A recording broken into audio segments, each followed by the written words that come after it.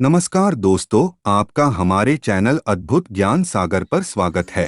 प्रत्येक मनुष्य अपने जीवन में चाहता है कि वह हमेशा आगे बढ़े, इसके लिए वह पूरी लगन से मेहनत करता है, परंतु इसके बाद भी जीवन भर गरीबी के चंगुल में फंस के रह जाता है। वह अमीर होने के सपनों के उधेड़बुन में अपनी वर्तमान जिंदगी को कोसते रह जाता है।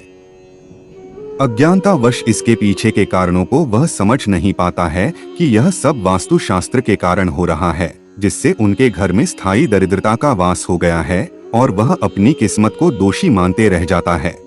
आइए इस विषय और इसके पीछे के कारणों पर विस्तार से चर्चा करें।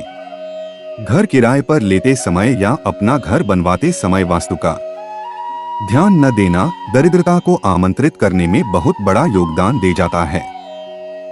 वास्तुशास्त्र का ध्यान न देने से वहां वास करने वाले सदस्यों के बीच विचार दोषपूर्ण हो जाता है। फिर उनके बीच कलह होने लगती है। जैसे ही यह स्थिति उत्पन्न होती है तो मां लक्ष्मी उस घर से रूठ जाती हैं, जिसके फलस्वरूप गरीबी अपनी जड़ जमा लेती है। सनातन धर्म के 18 पुराणों में से एक गरुड़ पुराण में भगवान विष्णु और गरुड़ के बीच बातचीत का वर्णन है, जिसमें धर्म से जीवन जीने की कला, मृत्यु, अंतिम संस्कार और पुनर्जन्म से संबंधित बातों का जिक्र किया गया है। इस पुराण में भगवान विष्णु ने बताया है कि वे कौन कौन से कर्म हैं जिसकी वजह से व्यक्ति के जीवन में दरिद्रता आती है। पहला, रसोई घर में झूठे बर्तन।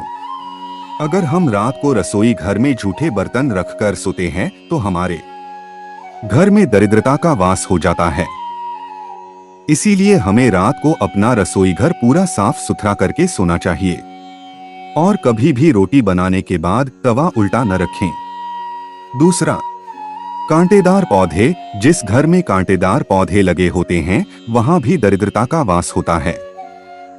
इसीलिए हमें कांटेदार पौधे जैसे कि गुलाब, कैक्टस आदि पौधों को घर से बाहर लगाना चाहिए। तीसरा, ग्रह कलेश। जिस घर में ग्रह कलेश रहता है उस घर में भी दरिद्रता का वास होता है। इसीलिए घर में लड़ाई झगड़ा नहीं करना चाहिए, हमें आपस में मिलजुल कर रहना चाहिए। चौथा, दीपदान। जिस घर में संध्या के समय अंधेरा रहता है और दीपक नहीं जलता वहां पर भी दरिद्रता का वास होता है।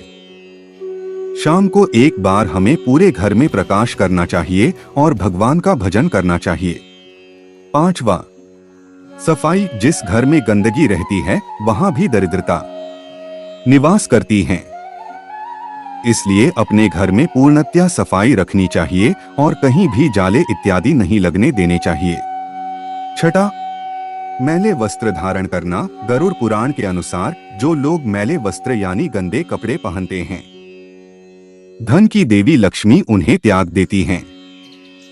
इसलिए हमें प्रतिदिन स्नान करके सदैव स्वच्छ वस्त्र धारण करने चाहिए। स्वच्छ रहने वाले पर मां महालक्ष्मी की कृपा हमेशा बनी रहती है।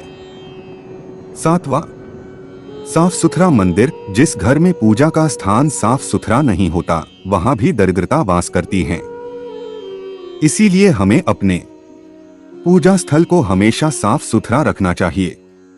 आठवां, सूर्य निकलने के बाद उठना। जो लोग सूर्य निकलने के बाद उठते हैं वहां भी दरिद्रता वास करती है। इसीलिए हमें प्रातःकाल उठना चाहिए, क्योंकि देर से उठने पर माता लक्ष्मी हमसे रूठ जाती हैं।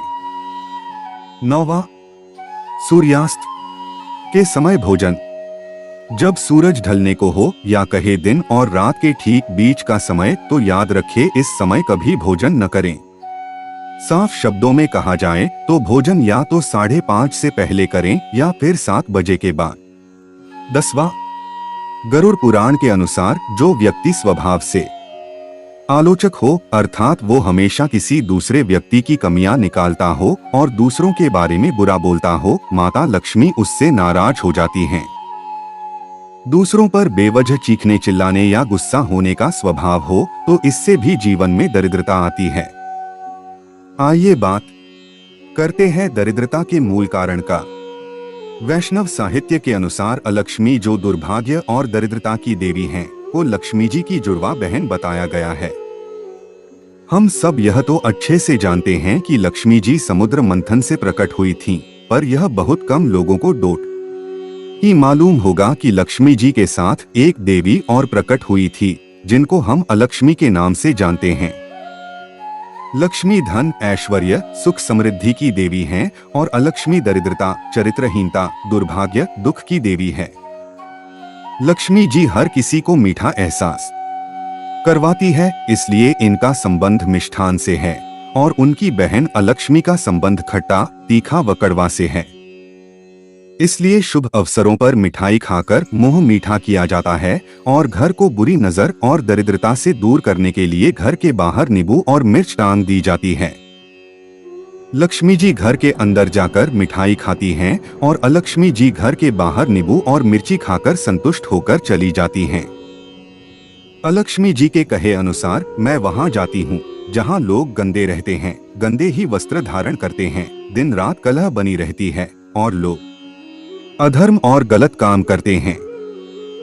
लक्ष्मी जी के कहे अनुसार मैं वहां जाती हूँ जहां घर साफ सुथरे हो, जहां लोग सुबह उठकर भगवान की पूजा अर्चना करते हो, शांति हो, लोग साफ सुथरे हो, मैं वहां निवास करती हूँ। कैसे करे घर से दरिद्रता को दूर? मानव जीवन में रामायण जैसे पथ प्रदर्शक का अत्यधिक महत्व है। एक आदर्श, सदाचारी, शिष्टाचारी, शांतिपूर्ण तथा मानवता का जीवन जीने हेतु रामायण का स्वाध्याय अति आवश्यक है। ऐसा माना जाता है कि जिस घर में रामायण का पठन पाठन या श्रवण होता है, तो ऐसे घरों में किसी भी नकारात्मक ऊर्जा का वास नहीं होता और दरिद्रता उसके चौखट से ही भाग जाती है। अंततः सनातन शिक्षा चैनल आपसे रामायण पढ़ने की विनती करता है। दारिद्र्य नाशन दानन शीलं दुर्गतिनाशन, अज्ञानता नाशिनी प्रज्ञा भावना भयनाशिनी। दान दरिद्रता को नष्ट कर देता है, शील स्वभाव से दुखों का नाश होता है, बुद्धि अज्ञान को नष्ट कर देती है तथा भावना से भय का नाश हो जाता है। उद्योगे नास्ति दारिद्र्यं जप्तो नास्ति पातम्, मौनेन कलहो नास्ति जागृतस्य च न भयम्। उद्यम से दरिद्रता तथा जप से पाप दूर होता है। मौन रहने से कलह और जागते रहने से भय नहीं होता। दोस्तों, आपको हमारी वीडियो कैसी लगी कमेंट करके बताएं। ऐसी ही ज्ञानवर्धक शास्त्र से संबंधित बातें जानने के लिए हमारे चैनल को सब्सक्राइब करें और बेल आइकन को दबाएं ताकि चैनल पर डाला गया वीडियो सबसे पहले आपके पास पहुंचे। इस वीडियो को देखने के लिए आपका बहुत बहुत धन्यवाद।